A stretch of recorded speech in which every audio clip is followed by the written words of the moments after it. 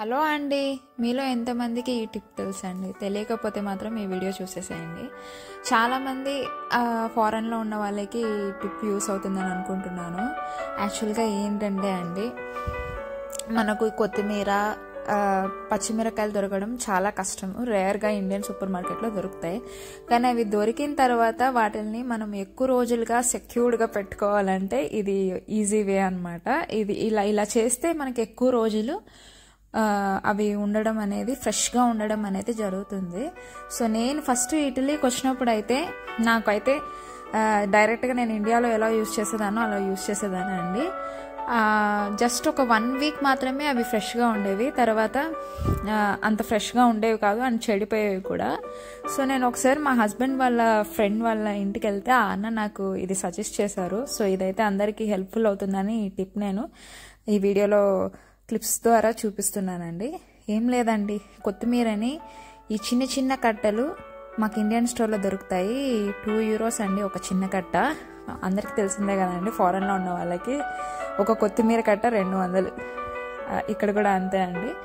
So ఈ 200 కొత్తిమీర కట్టని ఎలా సెక్యూర్డ్గా పెట్టుకోవాలో నేను చెప్తున్నాను. అదే మనకు 1 month, అరౌండ్ 1 month ఫ్రెష్గా కూరల్లో వాడుకోవడానికి యూజ్ అవుతుంది.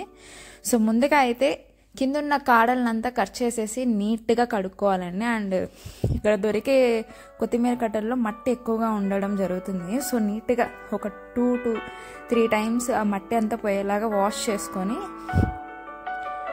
పక్కన పెట్టుకోవాలి. ఇదిగా 1 monthకి వచ్చేలాగా యూస్ చేసుకోవాలండి. ఏదైనా ఇంపార్టెంట్ కూరలకి కొత్తిమీర ఉండాలనుకున్న కూరలకి వాడాలన్నమాట. మన దగ్గర ఏదైనా జల్లెడ గిన్నె ఉంటే జల్లెడ గిన్నెలో వేసి పెట్టుకోవడం మేలండి. ఆ వాటర్ అంతా మనకి బాగా వెళ్ళిపోవాలన్నమాట.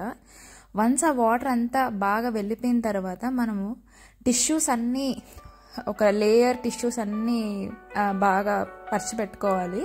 అండ్ దాని మీద మన కొత్తిమీర వాటర్ అంతా పోయిన తర్వాత చిన్నగా పల్సగా లేయర్ లాగా పెట్టుకోవాలండి. ఈ టిష్యూస్ ఏమంటే ఇంకా ఏమైనా రిమైనింగ్ వాటర్ ఉంటే అంతా లాగేసుకుంటాయి అన్నమాట. లాగేసుకొని ఫ్రెష్గా ఉంటుంది.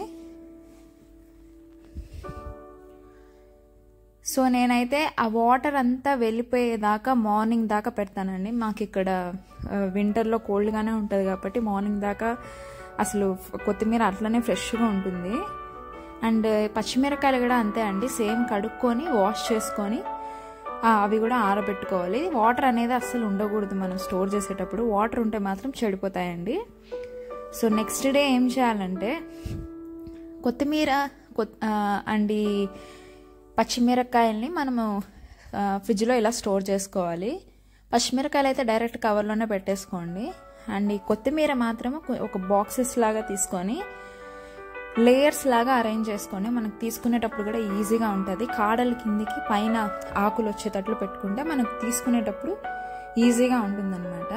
సో వీటిని డీప్ ఫ్రిడ్జ్లో పెట్టుకోవాలండి. డీప్ ఫ్రిడ్జ్లో పెట్టడం వలన మనకు తీసి యూస్ చేసుకునేటప్పుడు చాలా ఫ్రెష్గా, అండ్ ఫస్ట్ డే అయితే ఎలా టేస్ట్ ఉన్నాయో లాస్ట్ డే కూడా అలానే టేస్ట్ ఉంటుంది. మీరు ట్రై చేసి చూడండి. ఈ టిప్ మాత్రం చాలా బాగా యూజ్ అయింది నాకు. అండ్ నేను ఆల్మోస్ట్ 1 month యూజ్ చేస్తానండి. ఒక్కసారి 5 to 6 కట్టలు తీసుకుంటే నేను ఆల్మోస్ట్ 1.5 month నాకు యూజ్ అవుతాయి. సో ఈ టిప్ మీ అందరికీ యూజ్ అవుతుందని నేను ఖచ్చితంగా అనుకుంటున్నాను.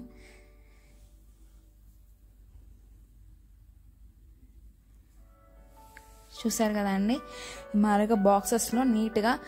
యాక్చువల్గా ఆ కొత్తిమీరలో కూడా కొంచెం కొంచెం పిచ్చి ఆకులు అవన్నీ ఉంటాయి. అవన్నీ మనం నీట్గా తీసేసి మంచివి మాత్రమే తీసుకొని, అండ్ కొంచెం ఎల్లోయిష్గా ఉన్న కొత్తిమీర కూడా తీసేసేయాలండి పక్కకి. చెడిపిందంతా తీసేసి మంచివన్నీ స్టోర్ చేసి పెట్టుకునేలాగా. చూసారు కదండి, ఇట్లా ఎంత ఫ్రెష్గా ఉంది చూసారు కదా. నేను డీప్ ఫ్రిడ్జ్లో పెట్టాను. సో ఇలా 1 month వరకు మనం యూస్ చేసుకోవచ్చు.